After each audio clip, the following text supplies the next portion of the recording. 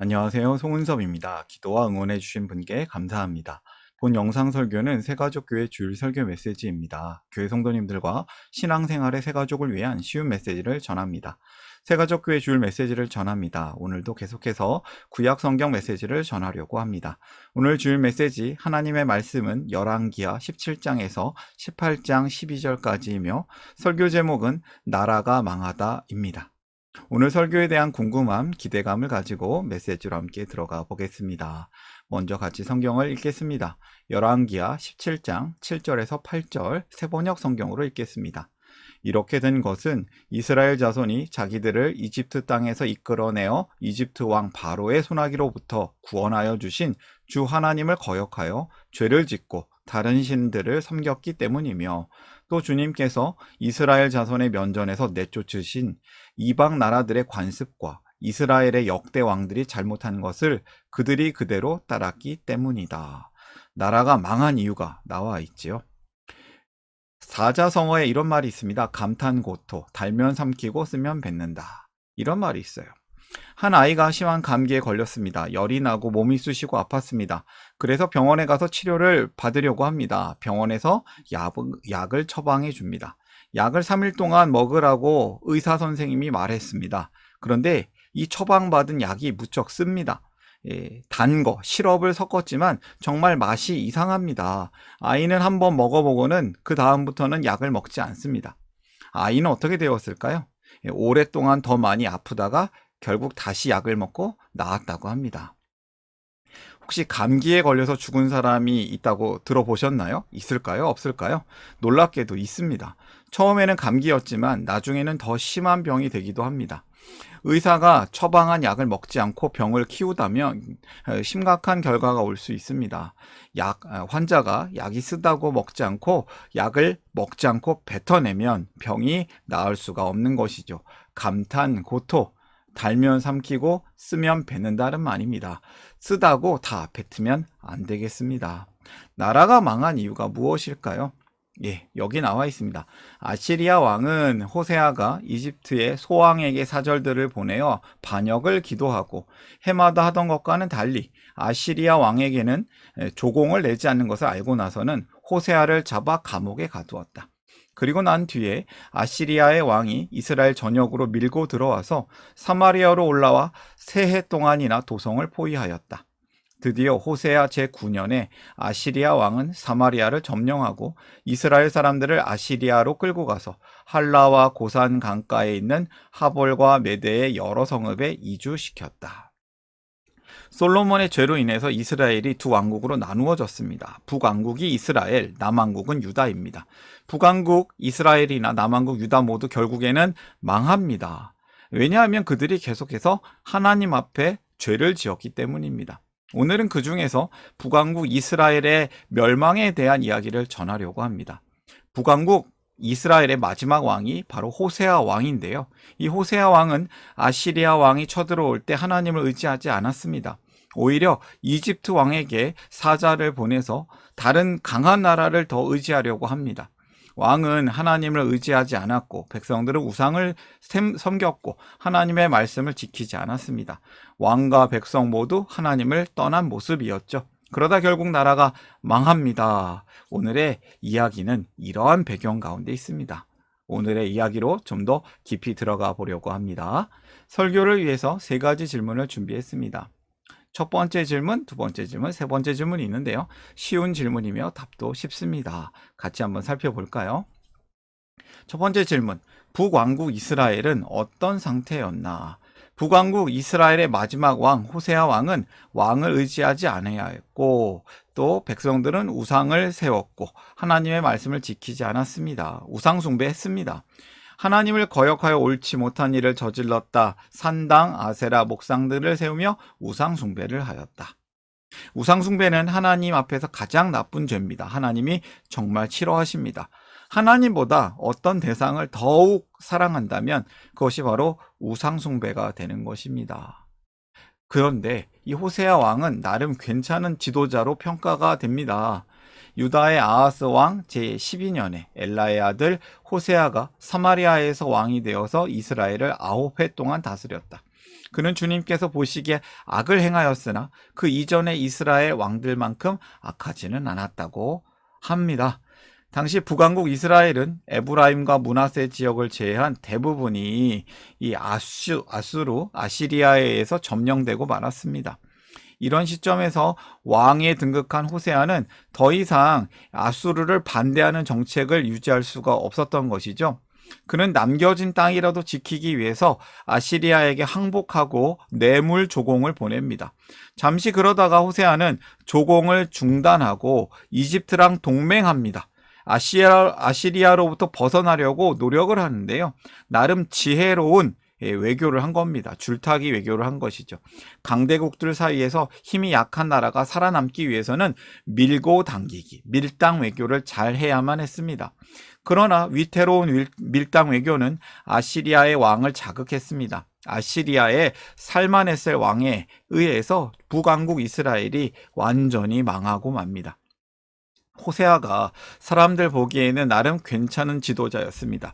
적당히 괜찮은 왕이었는데 나라가 망합니다. 그 전에 이상한 왕들도 많았는데요. 무엇이 문제였을까요? 이스라엘의 죄는 누적된 죄였습니다. 그 죄악들이 쌓여서 결국 나라가 망한 것이죠.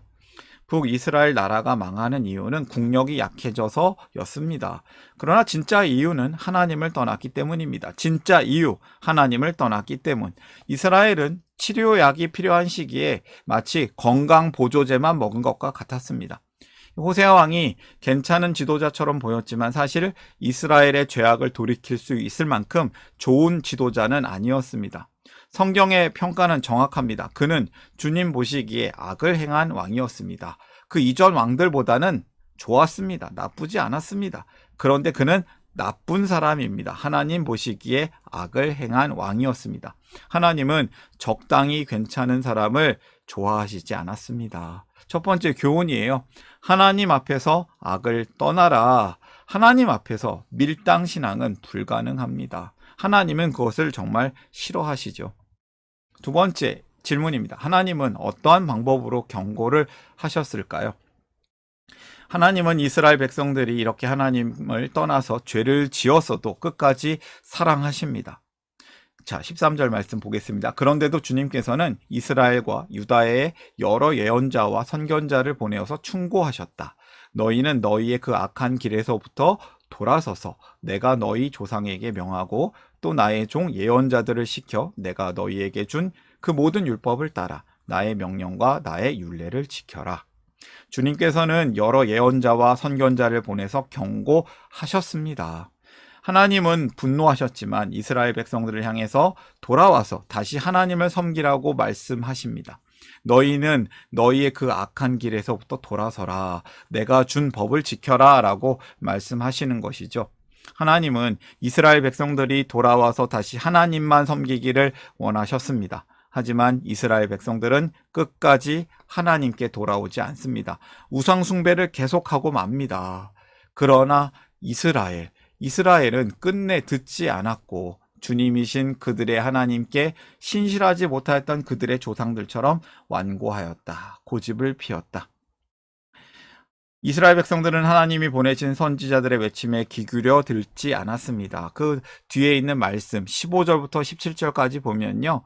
이런 얘기가 계속 나와 있어요. 베델과 단에 금송아지와 우상들을 만들어서 섬겼습니다. 또 어떤 사람들은 자신의 자녀까지 불에 태워서 우상 숭배하면서 인신 제물을 바쳤습니다. 끔찍하죠. 하나님은 이러한 이스라엘 백성들의 모습을 보시면서 더욱 화를 내십니다. 북이스라엘은 하나님께 선택받은 백성들은 절대 망하지 않는다는 놀라운 믿음 가운데 회개하지 않았습니다. 정말 놀라운 믿음입니다. 자신들은 하나님을 떠난 적이 없다고 생각했기 때문에 하나님께 회개하지 않는 겁니다. 두 번째 교훈이에요. 하나님을 떠난 죄를 회개하라. 하나님과 우상을 함께 섬길 수 없습니다. 그러면서 자신들은 하나님을 잘 섬긴다고 착각하고 있는 거예요. 하나님도 섬기고 우상도 섬기고 이것은 하나님을 섬기는 것이 절대 아니었습니다. 세 번째 질문이에요. 그래서 이스라엘이 멸망한 근본 원인이 무엇인가? 앞에서 이미 다 설명했지만 성경은 분명히 밝혀줍니다. 7절부터 8절까지 같이 읽겠습니다. 이렇게 된 것은 이스라엘 자손이 자기들을 이집트 땅에서 이끌어내어 이집트 왕 바로의 손아귀로부터 구원하여 주신 주 하나님을 거역하여 죄를 짓고 다른 신들을 섬겼기 때문이며, 또 주님께서 이스라엘의 자손의 면전에서 내쫓으신 이방 나라들의 관습과 이스라엘의 역대 왕들이 잘못한 것을 그들이 그대로 따랐기 때문이다. 주 하나님을 거역하여 죄를 짓고 우상 숭배 다른 신들을 섬겼기 때문입니다. 인류의 역사 가운데 많은 국가들이, 나라들이 망하기도 하고 새로 생겨나기도 했습니다. 나라가 망하는 이유는 국력이 약해져서입니다. 다른 나라에 의해서 망하기도 하고 스스로 망하기도 합니다. 성경은 이스라엘이 망한 이유가 무엇인지 설명합니다. 겉으로 보기에는 국력이 약해져서 망한 것입니다. 그러나 이스라엘이 망한 진짜 이유는, 근본 이유는 죄 때문입니다. 북왕국 이스라엘은 약해진 군사력, 지도자의 잘못된 정치적 판단, 그리고 강한 침략국 옆나라 아시리아의 공격 때문에 망했습니다. 이스라엘이 망한 이유, 하나님을 떠났기 때문입니다. 이스라엘은 하나님을 경외해야 될 민족이었습니다. 그러나 그들은 죄를 범하고 이방신들을 섬겼습니다. 그들이 행해야 할 하나님의 계명을 버리고 이 이방인들의 법을 따랐습니다. 하나님은 죄를 짓더라도 회개하고 하나님께 돌아오는 사람은 용서하십니다. 그러나 끝까지 돌이키지 않고 하나님을 떠난 사람은 심판하십니다. 성도들은 죄로 인하여 생긴 어려운 일이 있을 때마다 자신과 하나님과의 관계를 어떠한지를 돌아봐야겠습니다. 이때 생겨난 이야기들이 있습니다. 사마리아 사람 이야기인데요. 오늘 이야기에서 아시리아의 왕 살마네셀은 북왕국 이스라엘을 함락시키고 나서 이스라엘 백성들을 사로잡아서 여러 지역에 흩어놓았습니다. 강제 이주를 한 것이죠. 이스라엘 백성들은 강제로 이주를 당하여 흩어져 살게 되었습니다. 이스라엘 백성들이 이스라엘 민족들만 서로 결혼하면서 살았는데, 강제 이주 정책으로 인해서 이제는 다른 민족들과 섞이게 되었던 것이죠. 신앙도 혈통도 섞이게 되면서 이제 신약 성경에 나오는 사마리아인들이 이때 생겨난 것입니다. 이스라엘 민족의 강제 이주 때 생겨난 사람들이고요. 그들은 유대인도 아니었고 이방인도 아닌 사람들이 되어버렸습니다. 자신들의 정체성을 혼란하면서 그렇게 살았던 것이죠. 자신들의 방법으로 자신들의 지역에서 하나님께 예배를 드립니다. 이러한 이야기 가운데 우리는 교훈을 얻어야겠습니다. 회개에는 때가 있다는 겁니다. 회개엔 때가 있습니다. 어떤 의사가 환자를 만나서 진료를 했는데 당장 수술이 필요한 상황이었습니다. 그래서 의사 선생님이 환자에게 지금 당장 입원하고 수술을 해야 하니까 입원하라고 권합니다. 그런데 이 환자가 이렇게 얘기하는 거예요. 인터넷에서 찾아봤는데, 내가 누구한테 들어봤는데 지금 수술하지 않아도 다른 방법으로 병이 나았다고, 치료가 되었다는 글을 본 적이 있습니다. 이렇게 말하면서 입원을 거절하는 거예요. 의사가 정색하며 말하겠죠. 지금 당신은 급하게 수술을 해야 살 수만 있습니다. 지금 당장 입원해야 합니다. 환자가 계속 아는 척하면서 다시 대답합니다. 그러면 약을 먹으면서 며칠 더 지켜보면 안 될까요? 그래도 안 좋아지면 그때 다시 오겠습니다. 의사는 병을 고치는 최고의 전문가입니다. 하지만 그 의사의 말을 듣지 않고 환자가 어디서 들은 자기의 의견만 고집한다면 병을 고칠 수는 없고 오히려 그 병이 악화되고 말 것이고, 치료의 시기를 놓치면 심지어 죽을 수도 있습니다. 오늘 메시지에 나오는 북왕국 이스라엘은 마치 이런 사람과 같습니다. 의사가 병을 고칠 수 있는 길을 이야기해 주었음에도 불구하고 의사의 말을 듣지 않는 환자 모습과 같습니다. 확실한 치료 방법, 치료의 길이 있었는데요. 그 하나님의 길로 돌아오지 않았던 이스라엘의 결과는 나라가 망함이었습니다. 우리가 기억해야 할 것이 있습니다. 모든 세상, 모든 나라는 언젠가는 망합니다. 그러나 하나님의 나라는 망하지 않습니다. 세 번째 교훈이에요. 지금 이때, 치료가 가능한 때 하나님께 돌아오라. 하나님은 주께 돌아오는 사람을 용서하십니다.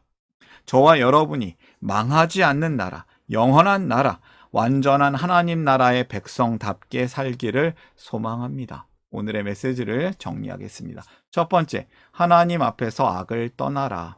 하나님 앞에서 밀당 신앙은 불가능합니다. 두 번째, 하나님을 떠난 죄를 회개하라. 하나님과 우상을 함께 섬길 수 없습니다. 세 번째, 지금 이때 하나님께 돌아오라. 하나님이 회개의 기회를 주실 때 하나님은 주께 돌아오는 사람을 용서하십니다. 오늘의 메시지 마음에 품고 함께 기도하기를 원합니다. 기도하겠습니다.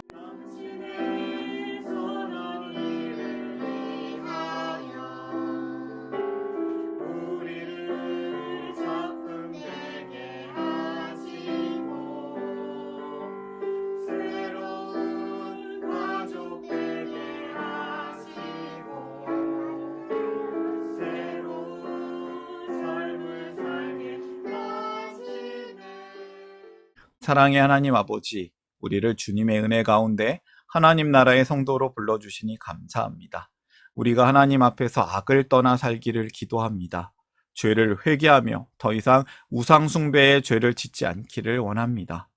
우리에게 죄를 깨닫게 하실 때 바로 회개하고 하나님께 돌아와 살기를 기도합니다. 주님께서 우리를 부르시는 지금 이때에 깨어진 세상 속에서 하나님 나라의 백성답게 살아내기를 소망합니다. 우리를 망하지 않는 영원한 나라, 하나님 나라의 사람으로 살게 하시는 하나님께 감사를 드리며 모든 말씀 예수님의 이름으로 기도합니다. 아멘.